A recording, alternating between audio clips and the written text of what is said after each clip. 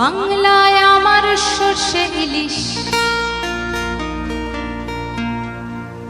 চিংড়ি কচি লাউ, বাংলা পার্শে মাছকে ধুয়ে জিরের বাটায় দাও। বাংলায় আমার সর্ষে ইলিশ, চিংড়ি কচি লাউ, বাংলা পার্শে